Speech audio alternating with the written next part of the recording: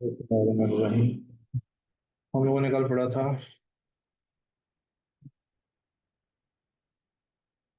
Vitamin A. ठीक है, vitamin A की बातों में समझ लग गई। अब vitamin B one is thiamine. ठीक है, थायमीन बहुत इंपॉर्टेंट विटामिन है। पहले तो याद रखना कि ये क्या है, वाटर सॉल्युबल था।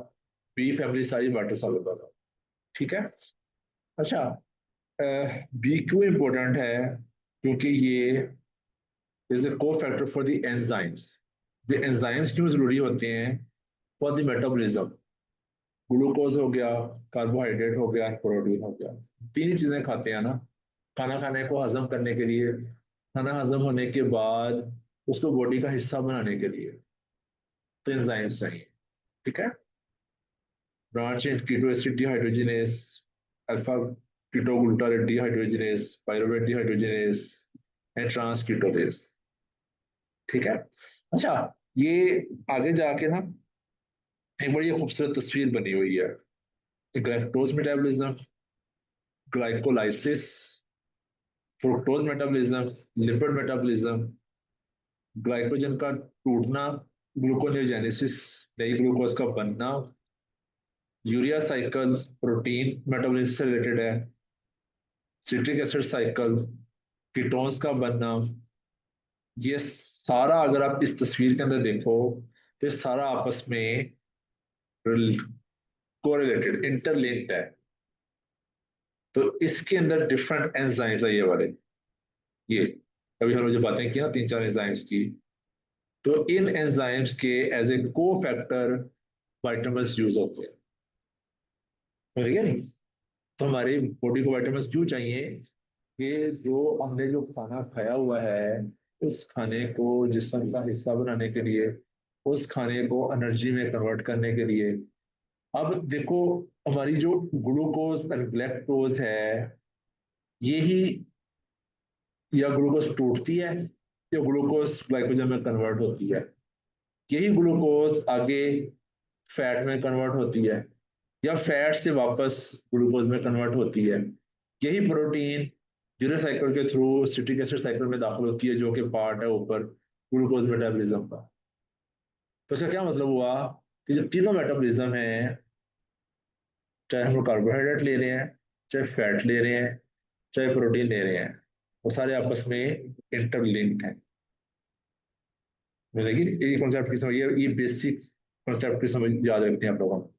हमें, मुझे याद है हमारे टीचर को ना स्टैटिस्टिक्स बहुत पसंद होता था। हमारा वाइवा होता था ना सेकंड ईयर में बायोकेमिस्ट्री का, फर्स्ट ईयर में तो सर सिर्फ ये सुनते होते थे, सिर्फ ये इतना साइकिल सुनते होते थे। इसका हम बड़ा रट्टा लगाते थे, सिट्रेट आइसोस्टेट में कन्वर्ट होता है, फिर ग्लूटारेट में कन्वर्ट होता है, सक्सिनल कोए सक्सिनेट, फिमारेट, मैलेट, ओज़ोलोएस्टेट। तो हमने इसको बैठ कर रट्टा लगाते होते थे बाहर। मुझे अभी भी याद आ रही थी बातें ना ये, कि इलामा इकबाल मेडिकल कॉलेज की डिपार्टमेंट की सीढ़ियों में बाहर बैठ के हम रट्टा लगाते होते थे इसको। सारे सिर्फ एक चीज सुनते थे बस। मुख्तार हाशमी साहब थे प्रोफेसर ऑफ बायोकेमिस्ट्री, अल्लाह ताला उनकी मफरत करे, फौत हो गए। उनकी किताब भी बायोकेमिस्ट्री की बड़ी मशहूर, हम पढ़ते होते थे। तो हमारे उस वक्त ना वो लिख रहे थे उस वक्त ना, तो उसके नोट्स अवेलेबल थे। ठीक है। तो कहने का मकसद, उस वक्त बायोकेमिस्ट्री उस वक्त बड़ी जहर लगती थी क्योंकि इसकी सेंस नहीं समझ आती थी कि ये हमें क्यों करवा रहे हैं। आलो, अब आके मैंने इसको आपको एक रीजन बता दी कि क्यों करवा रहे हैं। तो अगर इनमें से कोई भी एंजाइम डेफिशिएंट होगा तो बेशक को उसके पीछे वाला जो सारा सिस्टम है ब्लॉक हो जाएगा। ठीक है, एक एक एंजाइम इससे डेफिशिएंट होगा तो पीछे वाला सारा सिस्टम रुक जाएगा। इस वजह से मेटाबॉलिक डिसऑर्डर्स जो होते हैं वो इस वजह से इतने ज्यादा सिग्निफिकेंट होते हैं। ठीक है।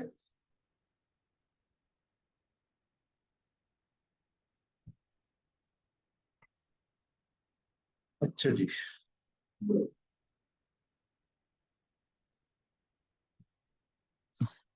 बी वन इसका थायामीन, थायामीन इन एंजाइम्स का को फैक्टर है। ठीक है। इसकी deficiency can lead to Wernicke's encephalopathy. Wernicke's encephalopathy का क्वेश्चन आप लोगों को आएगा इम्तिहान के अंदर। ये मेडिसिन में भी आ जाता होता है और बायोकेमिस्ट्री में भी आ जाता है। ठीक है। इसमें आप लोगों ने वर्ड को रट्टा लगाना था वैसे, एटेक्सिया, एरिफ्लेक्सिया एंड ऑप्थेल्मोप्लीजिया। पेशेंट का बैलेंस खराब हो गया, उसको विजुअल प्रॉब्लम हो गई और कंफ्यूजन में चला गया, पेशेंट अनकॉन्शियस है। ये किन पेशेंट्स के अंदर होता है? जो जिनके अंदर इसकी डेफिशिएंसी हो। डेफिशिएंसी किन पेशेंट्स के अंदर होती है? जो मेल नरिश्ड हो। मेल नरिश्ड कौन से पेशेंट्स होते हैं? जो खाना नहीं खा सकते, जिनको खाना मिलता नहीं है, जिनको डायरिया हुआ हुआ है, जिनका खाना हजम नहीं होता। तो ये तीन तरह के लोग मेल नरिश्ड होते हैं ना, रोटी लब्धी नहीं। जितना गरीबों के बच्चे हैं, तुम खा नहीं खाता, तुम्हारा दिमाग नहीं डेवलप हुआ अभी। अफ्रीका के बच्चे आपने देखा होगा, पेट निकले होते हैं जिसमें मसल बिल्कुल। गाँव के बच्चों की और शहर के बच्चों तो शक्ल ही डिफरेंट होती है। गरीबों के इलाके में चले जाए और अमीरों के इलाके में जाओ, शक्ल ही डिफरेंट है। कभी नोट किए ये बात? तुमने तो ज्यादा नोट की होगी ना। तुम्हारे उस इलाके से इधर के इलाके का फर्क महसूस होता है? महसूस होता है। ठीक है, तो मेल नरिशमेंट किस किस वजह से? या पेशेंट को डायरिया रह रहा है, मेल एब्जॉर्प्शन है, सीलियक डिजीज है, तो विपल डिजीज है, क्रोनिक पैंक्रेटाइटिस है, या अल्कोहलिक पेशेंट है। अल्कोहलिक पेशेंट वनिक से होम्योपैथिक कोर्स ऑफ के साथ आपके पास आएगा। आपको अल्कोहल के साथ इसका सवाल आएगा आपको इसका, कि पेशेंट अल्कोहलिक है, वो उसको आपके पास प्रेजेंट हुआ है एटेक्सिया, रिफ्लेक्सिया, साइनोपीजिया के साथ, क्या डायग्नोसिस है? वर्निक्स एंकेफेलोपैथी किस एंजाइम की, किस विटामिन की डेफिशिएंसी से है? बी1 और थायमीन। थायमीन को बी1 भी कहते हैं। ठीक है। कोर्साकोफ क्या है कि यही वाला पेशेंट अगर उसको क्या होना शुरू हो जाए कि वो अपनी तरफ से बातें बना रहा है। हाँ, इसको कहते हैं कन्फेबुलेशन। कन्फेबुलेशन से क्या मुराद है? कि लंबी लंबी छड़ रहे, जिसको हम कहते हैं लंबी लंबी छोड़ रहा होता है। कहता है, मैं उन्होंने का जब वजीर आजम था तो उससे मैंने ये काम किए थे। अल्कोहल अल्कोहल करा, वो कन्फेबुलेट कर रहा है, वो कोर्स ऑफ साइकोसिस है। ठीक है, एनकेफेलोपैथी और साइकोसिस में डिफरेंस याद रखना आप लोगों ने। ठीक है, एनकेफेलोपैथी मींस बेहोश, पेशेंट कंफ्यूजन में चला गया, बेहोशी की तरफ चला गया। साइकोसिस का मतलब ये है कि पेशेंट को क्या हो रहा है? वो कन्फेबुलेट कर रहा है। कन्फेबुलेट का क्या मतलब है? कि अपनी तरफ से कहानियां बना रहा है। ठीक है। अच्छा, वर्निक्स एंड कोर्साकॉफ किस वजह से होता है? बेसिकली डोर्सल न्यूक्लियस थैलेमस की डैमेज की वजह से होता है। अच्छा, इसकी वजह से दो चीजें और होती हैं। एक ड्राई बेरी बेरी और wet berry berry. Berry berry होता है, और बेरी बेरी दो तरह का होता है। वेट मीन्स तो फ्लूड होगा, fluid means heart disease, heart failure. तो हमारे हार्ट को मेटाबॉलिज्म के लिए क्या चीज चाहिए होती है? हार्ट को, हमारा जो हार्ट है वो किस चीज पे जिंदा है? पूरी बॉडी को ना एनर्जी के लिए शुगर चाहिए। और हमारे हार्ट को शुगर, उसके लिए एनर्जी के लिए क्या चाहिए? फैटी एसिड्स चाहिए। फैटी एसिड्स की मेटाबॉलिज्म के लिए बड़ा जरूरी है। ठीक है। तो वेट बेरीबेरी मीन्स पेशेंट को हार्ट फेलियर है। ड्राई बेरीबेरी मीन्स पेशेंट को न्यूरोपैथी है, मसल वेस्टिंग है। ठीक है। क्योंकि सिट्रिक एसिड साइकिल, ग्लाइकोलाइसिस और एचएमपी शंट के लिए जरूरी है ये। ठीक है। मसला सारा क्या है? एटीपी वो नहीं हो सकेगी, ग्लूकोज मेटाबॉलिज्म नहीं होगा, एटीपी नहीं बनेगी। एटीपी नहीं बनेगी तो फिर क्या होगा? जो जिन एरियाज को सबसे ज्यादा चाहिए एटीपी, आपने कभी नोट किया? आप लोग जब ज्यादा पढ़ते हैं तो भूख ज्यादा लगती है। कभी नोट की ये बात? क्यों लगती है ज्यादा? क्योंकि हमारा जो ब्रेन है वो हमारी बॉडी के सबसे छोटे एरिया के अंदर है, लेकिन हमारी बॉडी के अंदर सबसे ज्यादा एनर्जी लेने वाला ऑर्गेनिज्म ब्रेन। तो जिन दिनों में आप लोग इम्तिहान की तैयारी कर रहे हो, तो जिन दिनों में ज्यादा सोच रहे हो, तो जिन दिनों में ज्यादा सोचने वाला काम कर रहे हो, तो जिन दिनों आपको भूख ज्यादा लगती है। उसकी वजह ये है। तो एटीपी हमारे हार्ट को और ब्रेन को सबसे ज्यादा चाहिए। अब हार्ट और ब्रेन, ये दो ही सबसे ज्यादा इफेक्ट होते हैं किसकी वजह से? थायराइड डेफिशिएंसी से। ठीक है, तो हार्ट में क्या होगा? वेट वेरी वेरी हार्ट फेलियर। ब्रेन में क्या होगा? Wernicke's encephalopathy, Korsakoff. और मसल्स, मसल्स डैमेज होंगे, नर्व्स डैमेज होंगी। ठीक है। डायग्नोसिस कैसे करते हैं? आरबीसी के अंदर ट्रांसक्रिप्टोलेज एंजाइम्स करवाते होते हैं। ठीक है, followed by vitamin B one administration. अच्छा, एक क्वेश्चन आता होता है, एक पेशेंट आपके पास आया है, मेल नरिश्ड है, एनकेफेलोपैथी के अंदर है। अब आप उसकी शुगर चेक करते हैं तो शुगर उसकी आ जाती है 34। हाँ, आप पहला स्टेप क्या करोगे? पहले हम थायमीन देंगे, फिर शुगर करेक्ट करेंगे, फिर उसको ग्लूकोज दिखाएंगे। ठीक है, वही देते हैं, फेब्रिनेक्स देते हैं, बल्टीबाटा देते हैं। पेशेंट जो मेल नरिश्ड है, अल्कोहलिक है, मेल नरिश्ड है, क्रोनिक पैंक्रेटाइटिस है, डायरिया है, HIV है, यानी कि आपको नजर आ रहा है कि यार ये तो बिल्कुल मरिया मुखिया जो है, वो बड़ा बड़ा मेल नरिश्ड है, सूखा पड़ा है। और पता चल जाता है ना लोगों की, वो लिखा नहीं होता है, हकीम लिखा होता है, पिच के गाल, पिच के गाल, पतली बाहें हैं, और अपनी दवाई शवाई बेचने के लिए नहीं मुझे कहा आप लोगों को बरदाना कमजोरी के लिए। हर बंदे को जो टीनेजर उनके सबसे ज्यादा वो होते हैं शिकार। वो बच्चा जब बड़ा होता है ना, एकदम हाइट स्पर्ट आती है जब, तो वो थोड़ा सा पतला हो जाता है, काफी पतला हो जाता है। आपने आपने अपना अपना जमाना याद होगा, दुर्योधन में एकदम जो बड़ा बंदे की हाइट में इजाफा होता है, वो वैसे श्रिंक हो जाता है। तो उनको लगता है हाँ सानू ही कह रहा है। हर बंदे ने अपने टीन एज के अंदर वेट गेन करने की कोशिश की हुई है, क्यों है ना?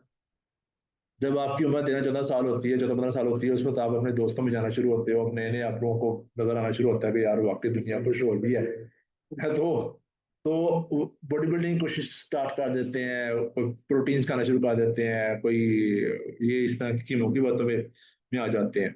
तो बहरहाल वर्ड याद रखना, मेल नरिश्ड।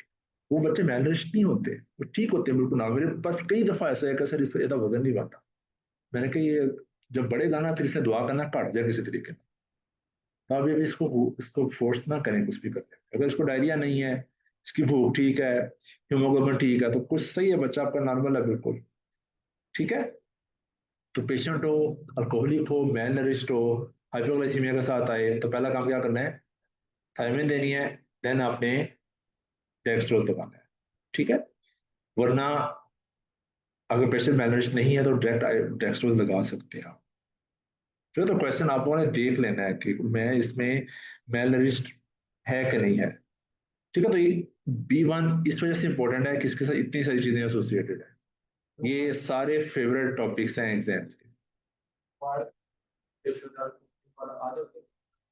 आती है,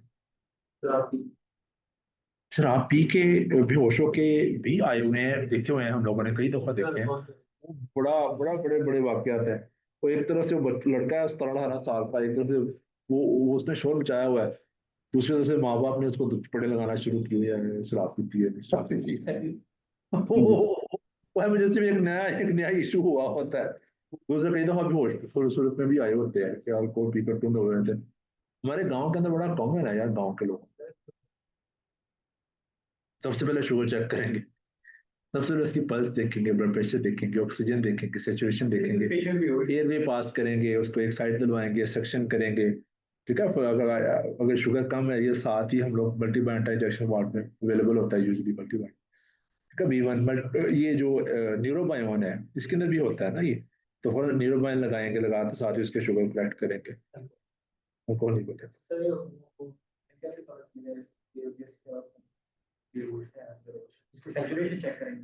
जो बंदा बेहोश है उसको क्या हो सकता है, टंग फॉल होकर उसकी सांस बंद कर सकती है। तो अनकॉन्शियस पेशेंट आपको किसी भी एग्जाम सिनेरियो में आए, तो पहला पहला काम इज एयरवे सिक्योर करना। ABC, आप लोगों ने ABC को नहीं बोलना, एयरवे सिक्योर करना, ब्रीथ, IV लाइन लेना। ठीक है, तो जो भी इमरजेंसी सिनेरियो आए ना, तो आप लोगों ने ABC का वर्ड नहीं बोलना, मुंह में एयरवे डाल देना चाहिए। ठीक है, उस पर एक करवट दिला देनी चाहिए। क्यों? क्योंकि वॉमिट आउट करते हैं, अगर एक करवट दिली होगी तो वॉमिट बाहर निकल आएगा।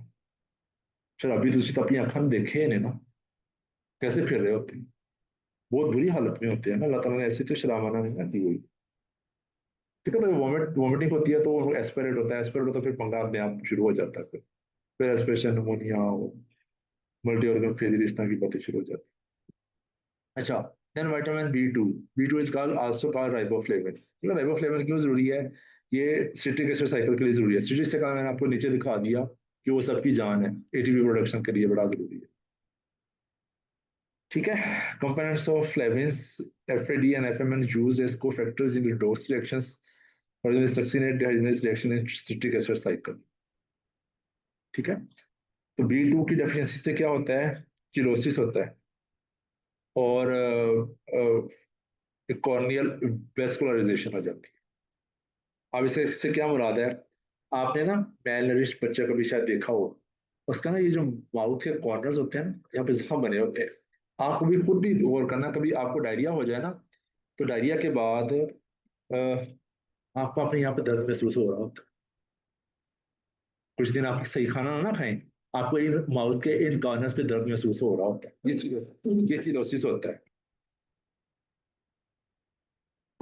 ठीक है, माउथ के कॉर्नर्स के ऊपर ये वाला, इसका चिरोसिस। ठीक है, ये बड़ी इंपॉर्टेंट फाइंडिंग है मेल नरिश के लिए। दूसरा, कॉर्निया में वेस्कुलराइजेशन होगी तो क्या होगा? हमारा जो कॉर्निया है उसमें ब्लड वेजल नहीं होनी चाहिए, हमारे ब्लड वेजल्स आ जाएंगी तो क्या होगा? Visual loss, visual impairment. ठीक है, जैसे जमन खाते हैं उनको क्या होता है? ये साइनों में दबना शुरू हो जाते हैं, वो तो उनके अपने एसिड की वजह से है। अच्छा जी, देन बी थ्री इसका नियासिन, निकोटिनिक एसिड। ये बड़ा इंपॉर्टेंट विटामिन है। वाई? क्योंकि एनएडी एनएडीपी के लिए का ये पार्ट है बेसिकली, ड्राइव फ्रॉम ट्रिप्टोफैन। ये क्वेश्चन आता था इम्तिहान के अंदर। नियासिन कहाँ से आता है? ट्रिप्टोफैन से आता है। Synthesis requires vitamin B2 and B6 used to treat dyslipidemias। अब तीनों फिक्रे कितने अहम थे, यानी कि विटामिन बी थ्री बनाने के लिए हमें बी टू बी सिक्स चाहिए, और हम लोग इसको हाइपरलिपिडीमिया की ट्रीटमेंट में देते हैं। ठीक है, तो ये एचडीएल के लेवल को बढ़ाता होता है, एचडीएल के लेवल को बढ़ाता है। ये वाहद गुड कोलेस्ट्रॉल को बढ़ाता है।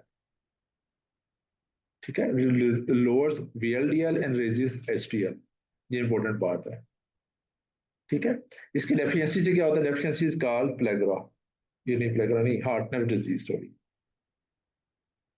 ठीक है, ग्लोसाइटस, ग्लोसाइटस मींस जुबान का पक जाना, जुबान रेड हो जाती है।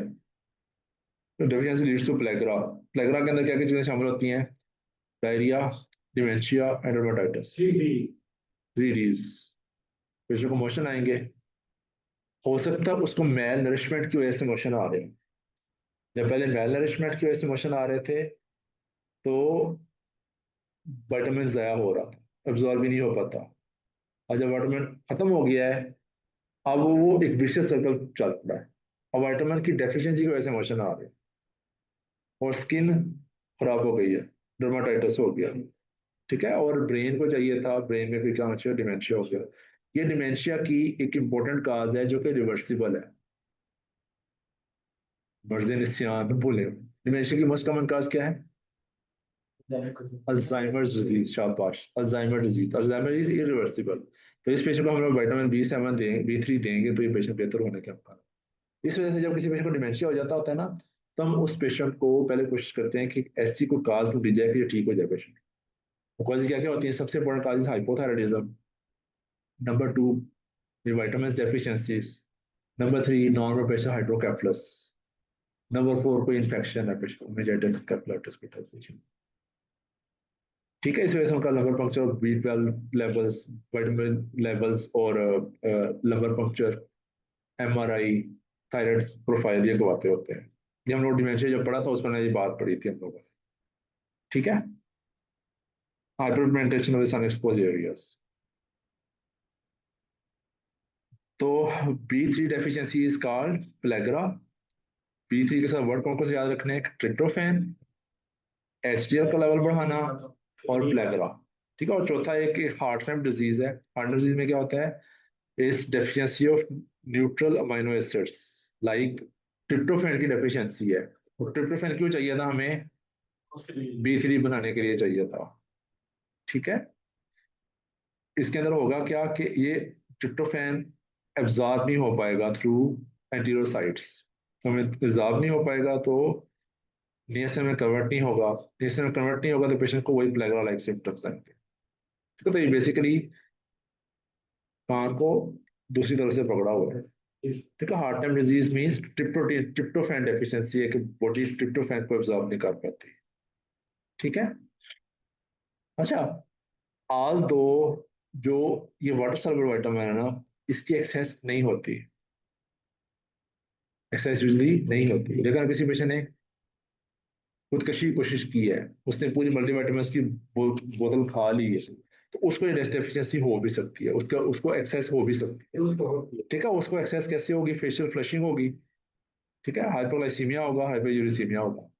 अच्छा, अब ये वाले जो साइड इफेक्ट्स है ना, ये आते होते हैं, आपको सिनेरियो आएगा कि पेशेंट है, उसको हाइपरलिपिडीमिया के लिए हम लोग ट्रीटमेंट दे रहे हैं। हाइपरलिपिडीमिया के लिए उसको ऐसी दवाई मिल रही है जो कि प्रीडोमिनेटली एचडीएल को इंक्रीज करती है। अब उसको ये होना शुरू हो गया, उसको जॉइंट पेन स्टार्ट हो गई है, हाइपोयूरिसीमिया की वजह से है, उसकी शुगर खराब हो गई है। ठीक है, फेशियल फ्लशिंग हो रही है, फ्लशिंग में चेहरा सुर्ख हुआ हुआ है। ठीक है, कार्सिनोइड की तरह। तो नहीं तो ये आप लोगों को क्वेश्चन इस तरह आ सकता है कि हाइपरलिपिडेमिया के मैनेजमेंट के लिए, हाइपरलिपिडेमिया का मैनेजमेंट कौन सी दवाई दे रहे थे उसको? निकोटीनिक एसिड, नायसिन दे रहे थे, नायसिन की उसने एक्सेस दे दी। या खुदकशी पुशी वाला सवाल आएगा, या हाइपरलिपिडेमिया की ट्रीटमेंट दे रहा था पेशेंट। ठीक है, तो ये आप लोगों ने कॉन्सेप्ट ये याद रखना है। बी थ्री का प्लेगरा के साथ उसकी प्लेगरा मैनिफेस्टेशन है उसकी डेफिशिएंसी की, और फ्लशिंग हाइपरयूरिसीमिया, शुगर कंट्रोल खराब हो जाना, is due to excessive amount, sugar toxicity हो जाए उसकी। अच्छा जी, देन है B five, five is also called pantothenic acid, essential component of coenzyme CoA,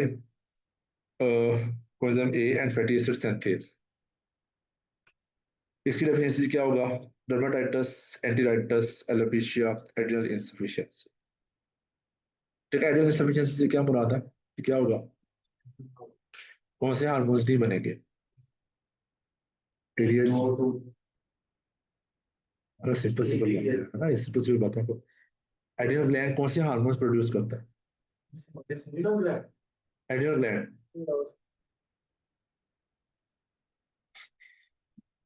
यार देखो, एकदम कैसे ब्लॉक हो जाते हो।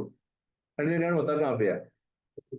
किडनी के ऊपर सुपर एड्रिनल ग्लैंड कहलाता है। उसके तीन पार्ट्स होते थे, जीएफआर, ना याद किया हुआ आप लोगों ने? ग्लोमेरुलर वेसिकुलर रेटिकुलरिस, ठीक है, तो बाहर ग्लोमेरुलोसा है, वो प्रोड्यूस करता है एल्डोस्टेरॉन, वेसिकुलेटा प्रोड्यूस करता है कोर्टिसोल, और अंदर वाले प्रोड्यूस करते हैं सेक्स हार्मोन्स। उसका क्या मतलब हुआ? कितने एंजाइम्स, कितने हार्मोन्स डिस्टर्ब होंगे बनना।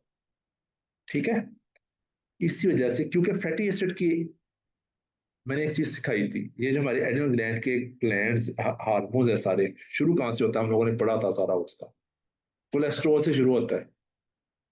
जब कोलेस्ट्रॉल ही सही नहीं बनेगा, कोलेस्ट्रॉल ही नहीं होगा तो आगे हार्मोन्स भी नहीं बनेंगे। फैट इस वजह से भी जरूरी है, फैट इस वजह से भी जरूरी है कि बॉडी का मेजर हार्मोन्स फैटी एसिड से बन रहे हैं, हमारे कोलेस्ट्रॉल से बन रहे हैं। समझ लगी? अल्लाह ताला ने कोई चीज बेकार नहीं बनाई। अच्छा, घी वाली रोटी खानी चाहिए अगर आप उसको हजम कर सको।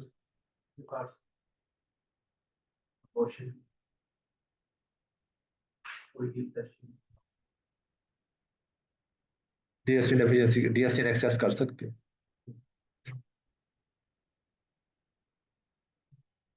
फ्लशिंग का सवाल कहाँ कहाँ आ सकता है? कार्सिनोड सिंड्रोम के साथ आएगा, और किसके साथ आएगा? ये विटामिन बी थ्री की एक्सेस के साथ आएगा, और भी एक दो जगह पे था, आपने पढ़ा है। चलो अभी याद आ जाता है। चलो बहरहाल, जिन पेशेंट्स को ना मेल न्यूट्रिशन होती है ना, आपने उनको देखा होगा उनकी स्किन झड़नी शुरू हो जाती है। तो डर्माटाइटिस सबके अंदर ही होता है ऑलमोस्ट। तो हमारे जो एपिथेलियल सेल्स होते हैं ना, उनको चाहिए होता है, वो ग्रो कर रहे होते हैं ना बेसिकली, तो जो सेल्स, जो चीज ज्यादा ग्रो कर रही होती है उसको एनर्जी भी ज्यादा चाहिए। हमारी गट के सेल्स, हमारा जो मोशन होता है ना, स्टूल जो होता है, वो वन थर्ड उसका जो, अगर 2/3 तो होता है वेस्ट प्रोडक्ट्स जितने भी हैं जो एब्जॉर्ब नहीं हो सके, और 1/3 पोर्शन होता है गट के डेड सेल्स। हमारी गट की लाइनिंग्स हफ्ते 10 दिन बाद सारी नई आ जाती है, इतना रैपिडली चेंज हो रही होती है। हमारी जीआई की जो लाइनिंग्स होती है ना, हमारा stool consist of mainly epithelial cells of the gut lining. ठीक है, ये बात याद रखनी है। इस वजह से हमारी गट भी बहुत ज्यादा एनर्जी देती है इटसेल्फ। B5 का क्वेश्चन अलहदा से मुश्किल ही आप लोगों को आए, तो वो बस फीचर सारे एक जैसे हैं। B3 का आएगा, B3 का ब्लैकरा के साथ आएगा। नैना विटामिन B6 इज आल्सो का pyridoxine। तो pyridoxine हम लोगों ने वाइटा-6 के नाम से अलहदा से यूज भी करते हैं। This is a cofactor for transaminases, ALT and AST। और ALT AST किस चीज के एंजाइम्स हैं? लिवर के, शाबाश, लिवर के एंजाइम्स हैं।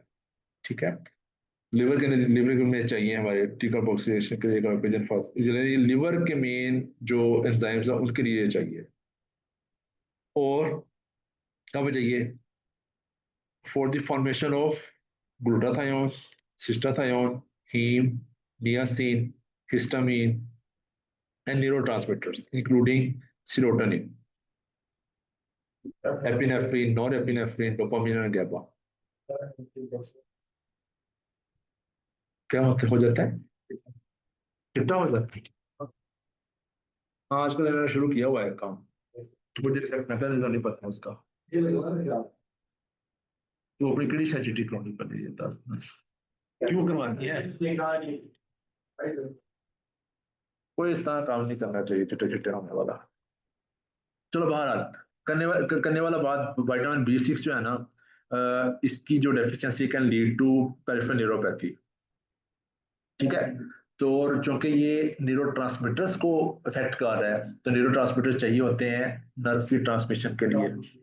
तो ब्रेन इफेक्ट होगा, नर्व इफेक्ट होगा, तो ब्रेन के अंदर मसले मिसाल बनेंगे और नर्व्स के अंदर बनेंगे। तो उस साथ लिवर को चाहिए। अब लिवर डैमेज होगा तो विटामिन B6 भी वो हो जाएगा, सही नहीं होगा, प्रोड्यूस नहीं होगा। इस वजह से जब हम लोग पेशेंट को ATT देते हैं, ATT देने के साथ हम pyridoxine साथ दे रहे होते हैं। ठीक है, वर्टेब्रल वाइटासिस के नाम से आती है, वो हम साथ पेशेंट को दे रहे होते हैं टू न्यूरोपैथी प्रिवेंट न्यूरोपैथी। ठीक है, और अगर वेल नरिश पेशेंट हो तो उसको तो लाजमी लेना चाहिए। तो सही है, उसकी खुराक शुराक ठीक है, फिर उसको नहीं भी दें तो वो हो सकता है वो गुजारा हो जाए।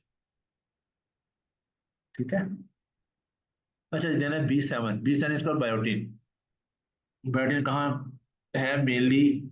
इसकी डेफिशिएंसी करवाती है dermatitis enteritis alopecia caused by long term antibiotic use or excessive ingestion of raw egg whites।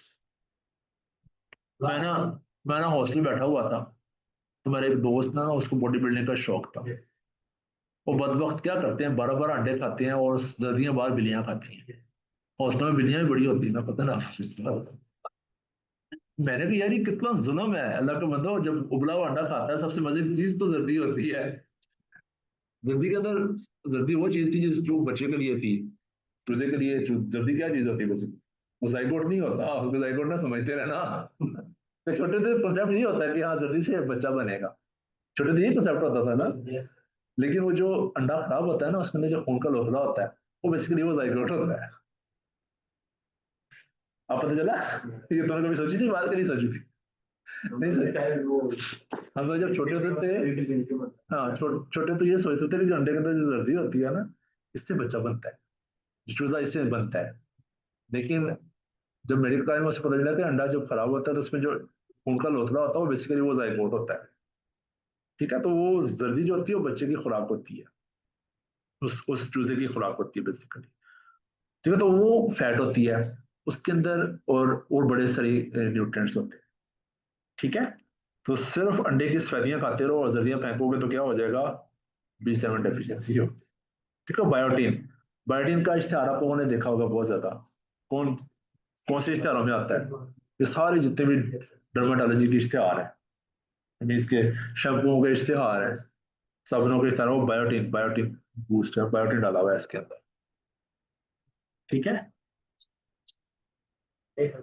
ओज़ोनोएसिटेट के बनने के लिए जरूरी है मेलोनाइल कोए के लिए जरूरी है, और मिथाइल मेलोनाइल कोए के बनने के लिए। ये आपको याद ना भी हो तो इसको बहुत ज्यादा रट्टा लगाने की जरूरत नहीं है। अच्छा, इसके जो इंपॉर्टेंट पॉइंट्स था ना वो याद था। अच्छा जी, देन है विटामिन बी नाइन इसका फोलेट। अब फोलेट आप लोगों को याद है किस वजह से, किस लिए जरूरी है, converted to tetrahydrofolate for methylation reactions. ठीक है, मिथाइलेशन कहाँ यूज होती हैं, for the synthesis of DNA and RNA. तो डीएनए और आरएनए कहाँ पे होता है, हर सेल के अंदर, स्पेशली किस सेल के अंदर, जो सेल डिवाइड हो रहे हैं, जो सेल डिवाइड हो रहे हैं ना उनको ज्यादा चाहिए ना, जो को नहीं बन रहे हैं। इस वजह से फोलेट डेफिशिएंसी से, विटामिन डेफिशिएंसी से सबसे ज्यादा इफेक्ट क्या चीज होती है, हमारे बोन बोन मैरो के सेल्स, बोन मैरो के सेल्स। ठीक है, will lead to macrocytic megaloblastic anaemia. ठीक है, मेगालोब्लास्टिक का हमें कैसे पता चलेगा, हमें पेरिफेरल में क्या नजर आएगा, बड़े सेल्स नजर आएंगे, शाबाश। और न्यूट्रोफिल्स कैसे नजर आएंगे, hyper segmented neutrophil. Hyper segmented neutrophil क्या होता है कि उसकी ना न्यूट्रोफिल की जो न्यूक्लियस होता है ना उसकी लोब्स बहुत ज्यादा होती है। अगर एक भी आपको नजर आ जाए ना, हाइपर हाइपर सेगमेंटेड न्यूट्रोफिल्स, हमें पेरिफेरल स्फीयर पे एक भी न्यूट्रोफिल नजर आ जाए जिसकी जो लोब्स हैं वो 5 से ज्यादा हों, तो पेरिफेरल स्मीयर की तस्वीर अगर इस तरह एक तो दफा इम्तिहान में आई भी हुई है, ये पीएमडीसी के इम्तिहान में आती थी जब आप लोगों को सही रगड़ते होते थे ना वो, तो उस पर इस तरह की चीजें भी देते थे बार बार। देखो ना, अभी इस तस्वीर इम्तिहान पे आई हो तो मतलब फ्लैट हो जाएगा यार, की शायद है। हाँ तो ये मैंने तो पढ़ाई हुई है, मैंने तो आप लोगों को हेमेटोलॉजी पढ़ाते हुए भी करवाई थी आप लोगों को। तो जो बंदा पहली दफा देख रहा है उसको तो नहीं ना पता चलेगा ये क्या चीज है। ठीक है, तो ये न्यूट्रोफिल्स का जो न्यूक्लियस है उसकी लोब्स 5 से ज्यादा नहीं होनी चाहिए। तो अगर 5 से ज्यादा लोब्स है तो हाइपरसेमेटिक न्यूट्रोफिल कहलाएगा। ठीक है, अच्छा जी, हमें पता कैसे चलेगा, पेरिफेरल स्मीयर करवाएंगे, सीबीसी देखेंगे, और पेशेंट का होमोसिस्टीन लेवल्स करवाया जा सकता है। किन पेशेंट्स में हो सकती है डेफिशिएंसी, अल्कोहलिक्स में और प्रेगनेंसी में। इस वजह से जब प्रेगनेंसी होती है तो कौन सी चीज लाजमी देते हैं, फोलिक एसिड 7 पेशेंट को प्रेस्क्राइब कर रहे होते हैं हम लोग, क्योंकि जो बच्चा होता है वो क्या चीज होती है,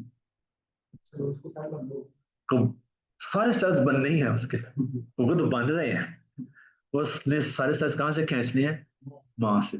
इसके उसको बनाने के लिए जो फोलिक एसिड चाहिए उसको माँ से उसने खींच लिया। ठीक है, इसमें माँ का सबसे जरूरी होता है फोलिक एसिड रिप्लेस करना। ठीक है, अच्छा, नहीं उस बच्चे को न्यूरो डिफेक्ट होने का खदशा होगा, उस बच्चे को आईयूजीआर होने का खदशा होगा, उस बच्चे को का साइज छोटा हो सकता है, सतमाया पैदा हो सकता है, और क्या कहते हैं उसकी मेंटल रिटार्डेशन हो सकती है, और माँ जो है अगर खाना सही नहीं खाएगी तो बच्चा भी कमजोर पैदा होगा।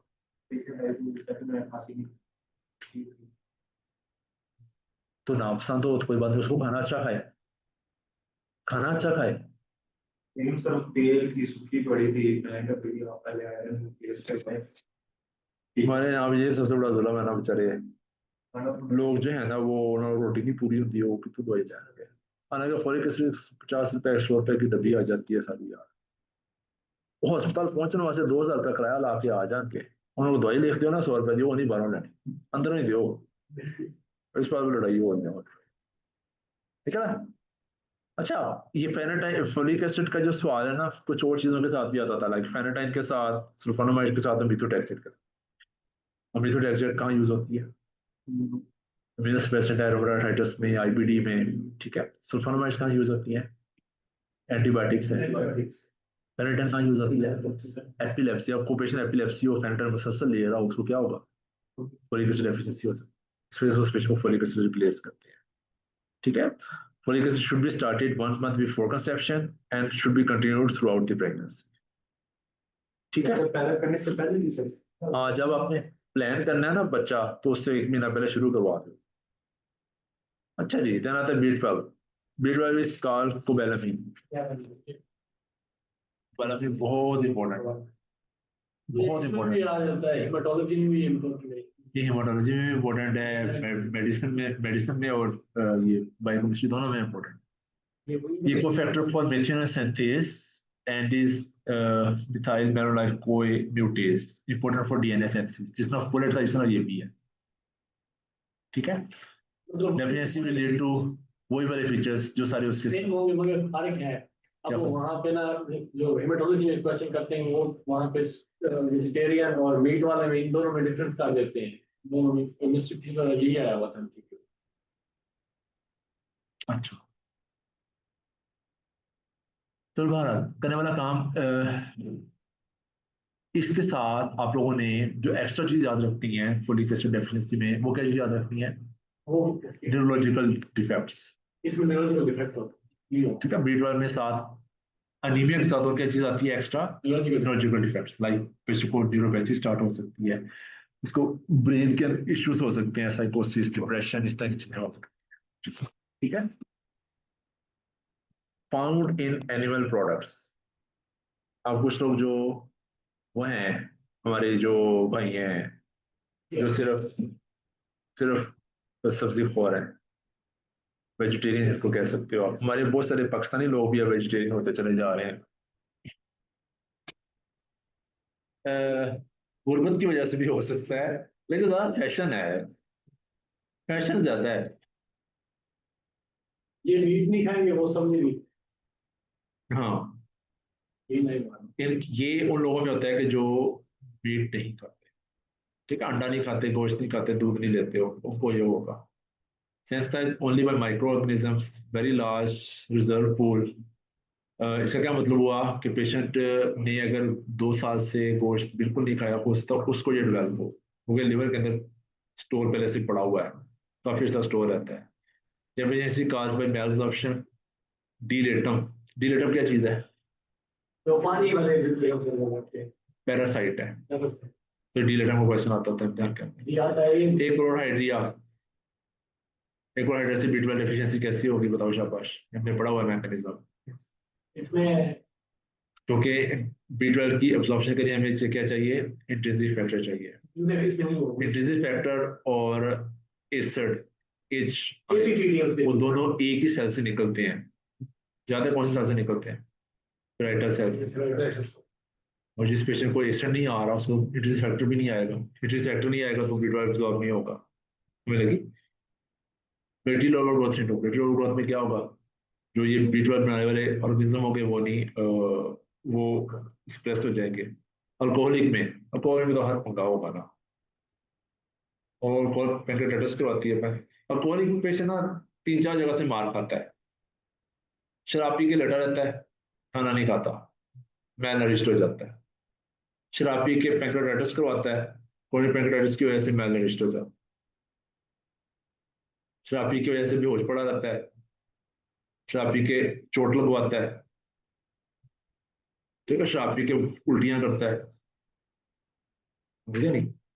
Brain affected, heart affected, liver affected, gut affected. ठीक है, तो वो हर तरफ से मार खाता है। Lack of intrinsic factor due to pernicious anaemia, gastric bypass surgery, absence of terminal. में होता है।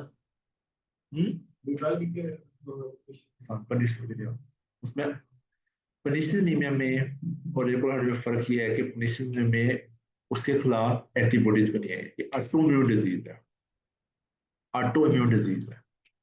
ठीक है, गट ही निकाल दी कि अब्जॉर्ब भी ना हो। इसने अब्जॉर्ब होना है जाके टर्मिनल आइलियम में। और टर्मिनल आइलियम कौन सी डिजीज में निकलती होती है बताओ शाबाश?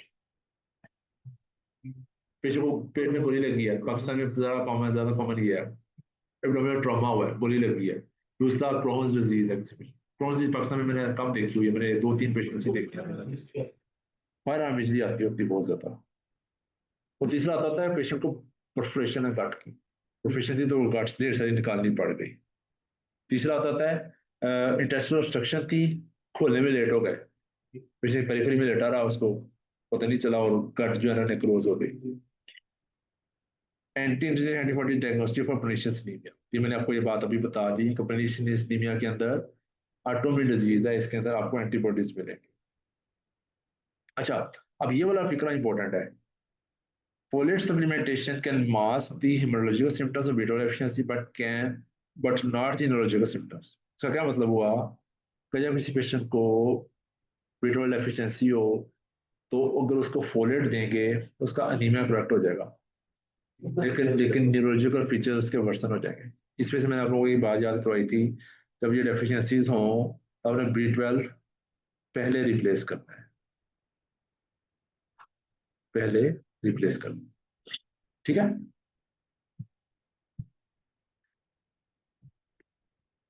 ये उसका मैकेनिज्म है, टेट्राहाइड्रोफोलेट, मेथियोनिन, होमोसिस्टीन,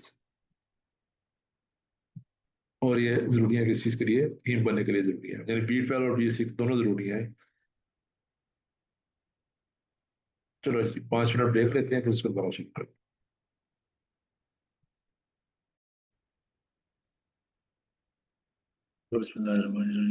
नेक्स्ट शुरू करते हैं विटामिन सी। विटामिन सी का दूसरा नाम क्या है? शाबाश, स्कॉर्बिक एसिड, ठीक है। अच्छा, इसका main function is it is an antioxidant. जो एंटीऑक्सीडेंट है आयरन की एब्जॉर्प्शन के लिए चाहिए, ठीक है। आयरन जो है हम लोग Fe3 फॉर्म में खाते हैं तो कन्वर्ट करते हैं Fe2 में। जो Fe2 होती है वो आसानी से एब्जॉर्ब हो जाती है, तो ये पॉइंट याद रखना है आप लोगों को। नंबर 1 आयरन की एब्जॉर्प्शन के लिए हो गया। नंबर 2 चाहिए हमारी कोलेजन की बनने के लिए, और कोलेजन कहाँ कहाँ होती है? स्किन में, मसूड़ों में, ब्लड वेजल्स में, ऑर्गन्स के अंदर, हर जगह पे कोलेजन होती है, ठीक है। तो सबसे पहले जो नजर आती है हमारी, ये मसूड़े नजर आते हैं।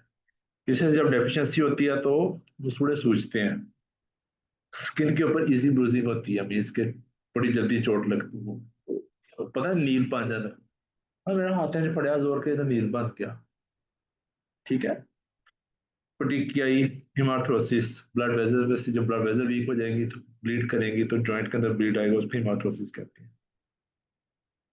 खून जाया होगा, अनीमिया हो जाएगा, पूर वुंड हीलिंग, ठीक है। अच्छा जी, हेयर हमारे बालों के लिए बड़ा जरूरी है। तो बाल बाल जो होते हैं वो, आप लोग अगर मैल नरिश बच्चों के बाल देखो ना,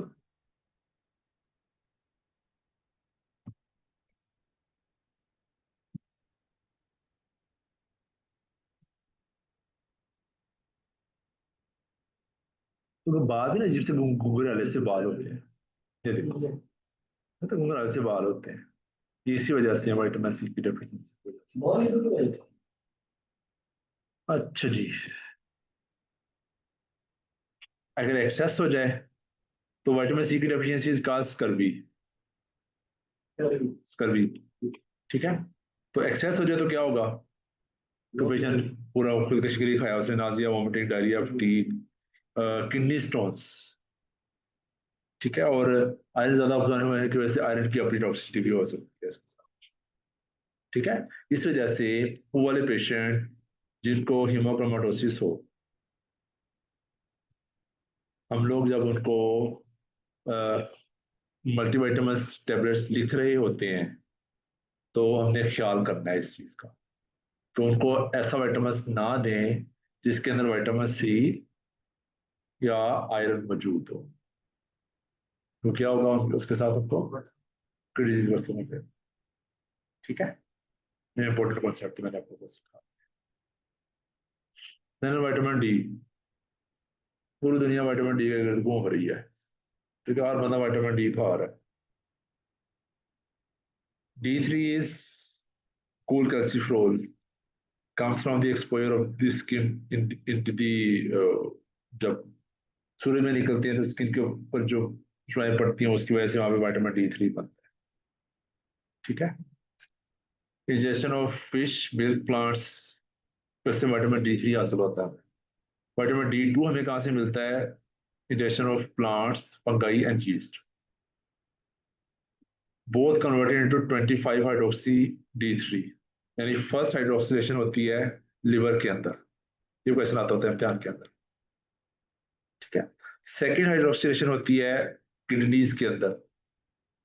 अब इससे क्या मतलब हुआ, और किसी पेशेंट को लिवर फेलियर हो उसको विटामिन डी डेफिशिएंसी हो जाएगी, जिस पेशेंट को रीनल फेलियर हो उसको विटामिन डी डेफिशिएंसी हो जाएगी। इस वजह से जब किसी पेशेंट को रीनल फेलियर के पेशेंट को जो दवाइयां लिखते होते हैं उनमें एक दवाई लाजमी तौर पर विटामिन डी होती है।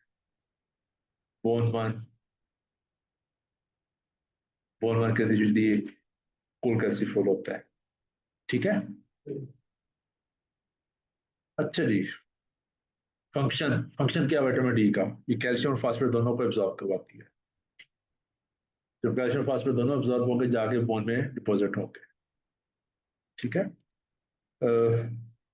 जब ज्यादा लेवल हो जाएगा इसका तो बोन रिजॉर्प्शन में भी इंक्रीज, बोन रिजॉर्प्शन भी इंक्रीज हो सकती है। जब बॉडी के अंदर कैल्शियम और फास्फेट डिक्रीज होंगे, पैराथायराइड इंक्रीज होगा, बॉडी को पैगाम पहुंचेगा कि ज्यादा बनाओ, उसको चाहिए अभी। कैल्शियम जब नहीं होगी पैगाम पहुंचेगा गाटकों को एब्जॉर्ब करो, स्किन को कहेगा कि बनाओ विटामिन डी चाहिए हमें, ठीक है। तो इसका क्या मतलब है, जब कैल्शियम फास्फेट बॉडी में कम हो गए तो विटामिन डी की एक्टिवेशन ज्यादा हो जाएगी, प्रोडक्शन ज्यादा हो जाएगी। विटामिन डी खुद बॉडी में ज्यादा होगा, वो अपनी प्रोडक्शन खुद भी कम कर देगा, ठीक है। increase PTH leads to increased calcium reabsorption and decreased phosphate reabsorption from the kidneys। अब PTH का और विटामिन डी का डिफरेंस क्या है, तो शाबाश, PTH फॉस्फेट को डिक्रीज करता है, विटामिन डी फॉस्फेट को इंक्रीज करता है। ये मेन डिफरेंस है, आपको ये बात याद रखना। डेफिशिएंसी बच्चों के अंदर हो तो रिकट्स कहलाती है, बच्चों के अंदर हो तो ऑस्टियोमैलेशिया कहलाती है। तो रिकट्स क्यों कहलाती है, क्योंकि बच्चों के अंदर हड्डियां जो होती हैं नरम होती हैं, बच्चे क्या हो रहे हैं, ग्रो हो रहे होते हैं, उनके अंदर लेदर से ग्रोथ प्लेट होती है, हड्डियां नरम होती हैं उनकी वजह, ठीक है। तो हड्डियां टेढ़ी हो जाती हैं, उसको कहते हैं रिकेट्स। हड्डियां टेढ़ी होने को क्या कहते हैं, रिकेट्स।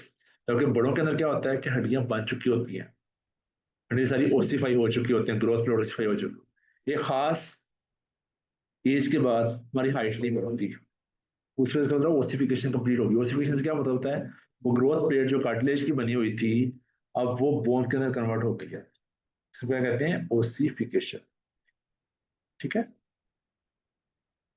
बड़ों के अंदर ओस्टियोमैलेशिया और बच्चों के अंदर रिकेट्स। डेफिशिएंसी होती क्यों है, मैल्पोर्शन की वजह से, सन एक्सपोजर ना होने की वजह से, खाना अच्छा ना खाने की वजह से, रीनल फेलियर की वजह से, लिवर डिजीज की। विटामिन डी देना चाहिए ब्रेस्ट फैट इन फैट्स को, ये क्वेश्चन आप लोगों को आया हुआ है दिमाग के।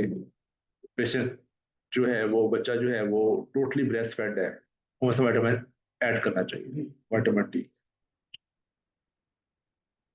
ठीक है। Deficiency is accessible bye pigmented skin and premature birth. Pigmented skin और प्रीमेच्योर बर्थ से कैसे विटामिन डी डेफिशिएंसी हो जाएगी, स्किन सही नहीं होगी तो विटामिन डी बनेगा नहीं वहां पे।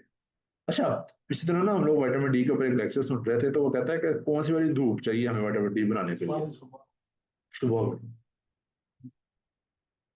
सुबह 9 बजे से 11-12 बजे तक की जो धूप होती है ना, वो वाली धूप जो होती है ना वो जरूरी होती है। हम्म? हाँ, वो वाली धूप चाहिए।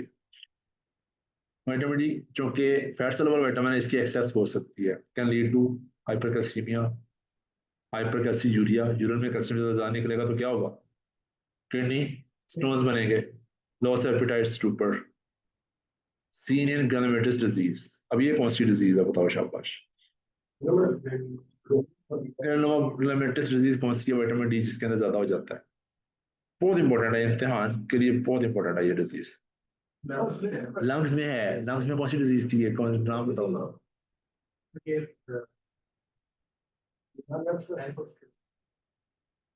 सार्कोइडोसिस, सार्कोइडोसिस, ठीक है, सार्कोइडोसिस बहुत इंपॉर्टेंट है।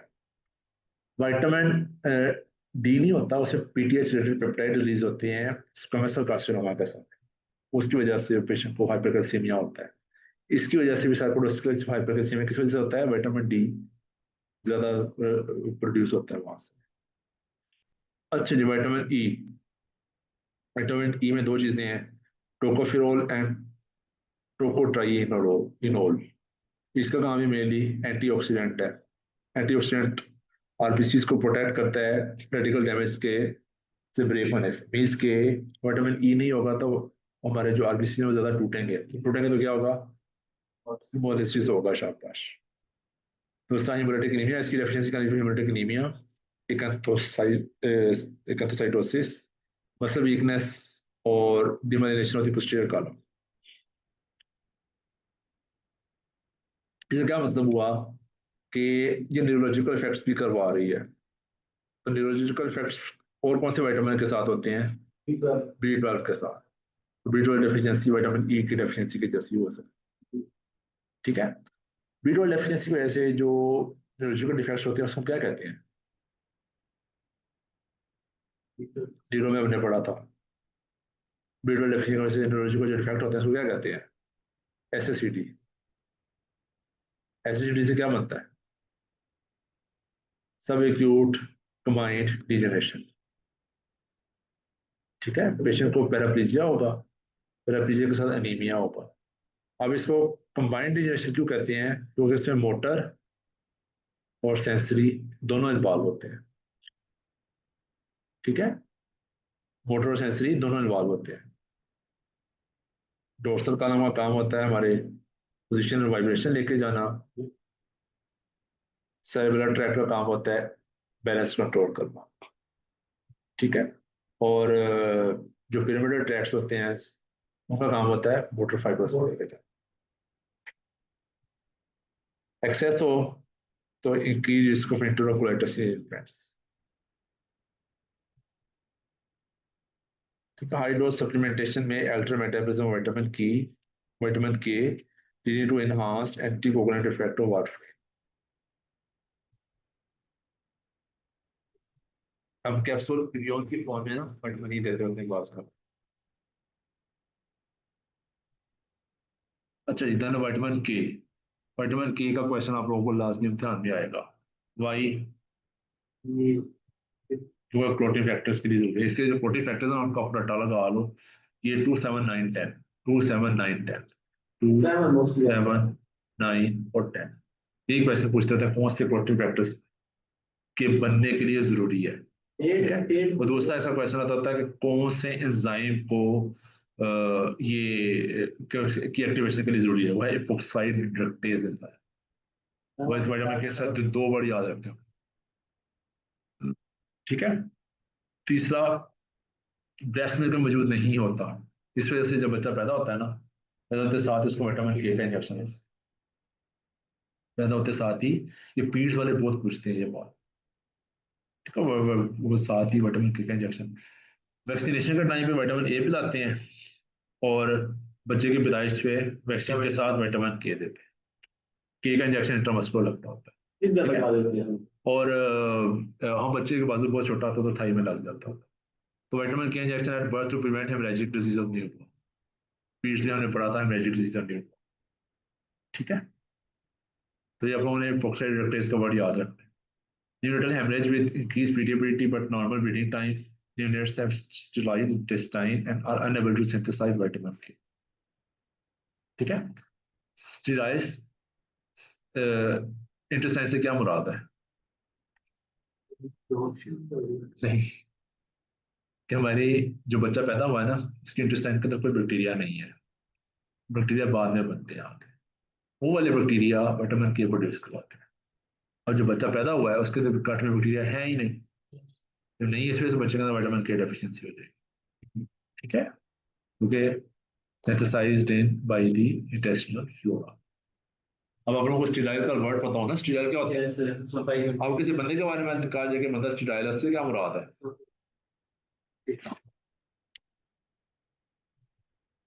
उसको क्या है, दूरी है, नहीं, किसी बंदे के बारे में कहा जाए कि ये बंदा स्टीराइल है, इससे क्या मुराद है। नहीं, इसका मतलब है उसको उसके स्पर्म्स नहीं एक्टिव, उस स्पर्म नहीं है उसके अंदर, वो बाप नहीं बन सकता।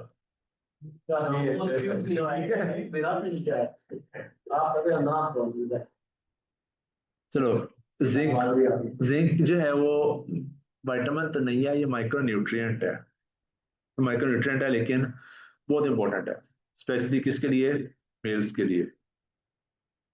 ठीक है, आपने अक्सर बात देखा होगा कि जितने भी मल्टी विटामिन हैं जिनके ऊपर मैन लिखा हुआ है, उनके अंदर जो एडिशनल पॉइंट होता है वो जिंक होता है। ठीक है, mineral essential for activity of 100+ enzyme, बहुत सारे एंजाइम्स के लिए जरूरी है।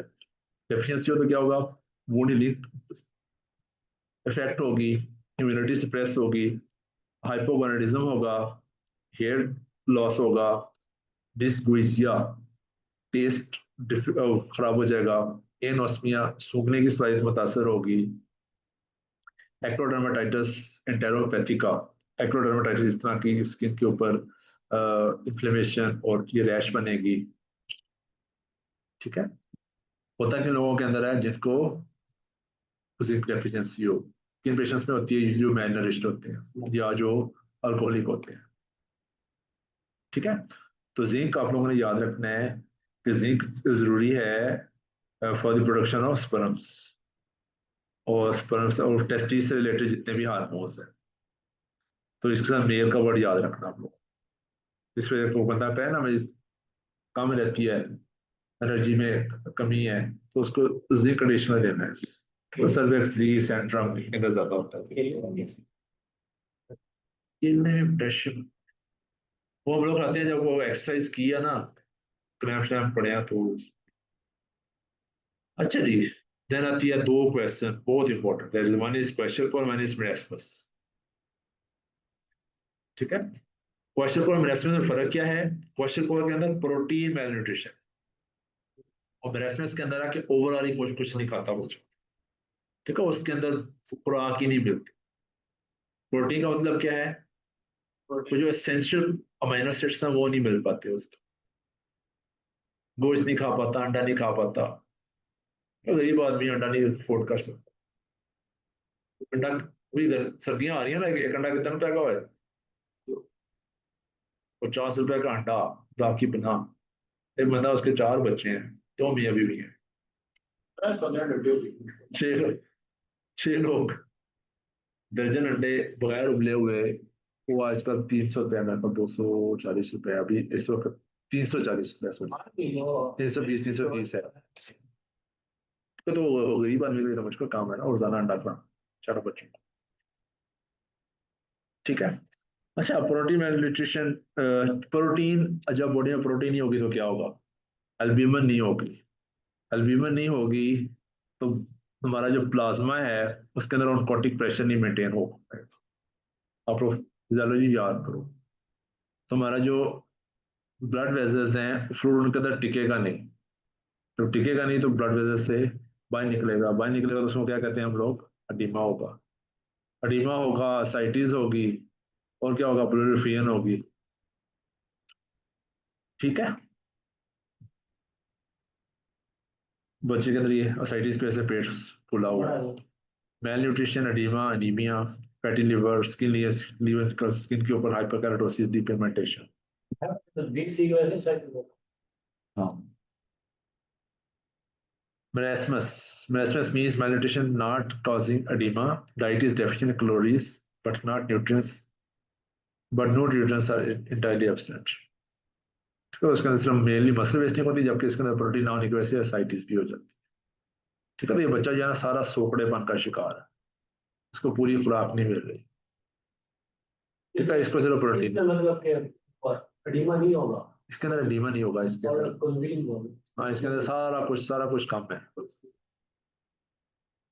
अल्लाह ताला माफ करे यार, बस अल्लाह ताला ने हिसाब लेना है, मुसलमानों से भी होगा। अच्छा जी, ये जो है ना इथानॉल, इथानॉल क्या होता है, शराब है। तो इथानॉल की मेटाबॉलिज्म कैसे होती है, इथानॉल कन्वर्ट होती है एसिटाल्डिहाइड में, एसिटाल्डिहाइड कन्वर्ट होता है एसीटेट के अंदर। अल्कोहल डिहाइड्रोजनेज एंजाइम और एसिटाल्डिहाइड डिहाइड्रोजनेज एंजाइम। जो एक दवाई होती है इसको कहते हैं फोमिपिजोल। फोमिपिजोल जो है वो अल्कोहल डिहाइड्रेज को इनहिबिट करेगी। इनहिबिट करने की वजह से क्या होगा, अल्कोहल की मेटाबॉलिज्म नहीं हो पाएगी। ठीक है, उससे होगा कि पेशेंट को आहिस्ता आहिस्ता अल्कोहल छोड़ता जाएगा वो। और अगर एक दवाई होती है डाइसल्फिराम, डाइसल्फिराम इनहिबिट करती है इस एसिटाल्डिहाइड को। जब ये दवाई देंगे ना तो पेशेंट का पीछे एसिटाल्डिहाइड इकट्ठा होना शुरू हो जाएगा। उससे क्या होगा, उसको सख्त किस्म का नोजिया होगा। नोजिया होगा तो वो कहेगा मैं शराब नेड़े में नहीं जाना। ठीक है, तो उसको बुरा महसूस होगा शराब पीने के बाद, तो आहिस्ता आहिस्ता शराब छोड़ना शुरू कर देगा। ठीक है, तो शराब को बंद करवाने के लिए या शराब के वो एडवर्स इफेक्ट को रोकने के लिए एक्यूटली देना तो फॉमिपिजोल, और उसकी वो रोकनी है, क्रेविंग रोकनी है तो डाइसल्फिराम। ठीक है। अच्छा, अब आप लोगों ने जाके ना इस एक सफे को ना रट्टा लगाना, rate determine enzymes of the metabolic processes. ठीक है, ग्लाइकोलाइसिस मींस ग्लूकोज का टूटना, ग्लूकोनेजेनेसिस मींस ग्लूकोज का नहीं बनना। ट्राइसाइक्लिक एसिड या सिट्रिक एसिड साइकिल कहते हैं उसको। ये हमारी एनर्जी का मेन एंड के ऊपर ये सबसे मेन साइकिल होता है ये वाला। ठीक है, ये मैंने आपको पेज पहले दिखा दिया था। Glycogenesis, glycogenolysis, HMP shunt, pyrimidine synthesis, purine synthesis, urea cycle, fatty acid synthesis, fatty acid oxidation, ketogenesis, cholesterol synthesis, इन सब का जो आप लोगों को ये रेट लिमिटिंग एंजाइम है ना, ये आप लोगों को आना चाहिए। ठीक है, इसको मैं समझाने का कोई आसान तरीका बता नहीं सकता आप लोगों को, इसका आप लोगों को रट्टा लगाना पड़ेगा। ठीक है, आज के लिए इतना काफी है।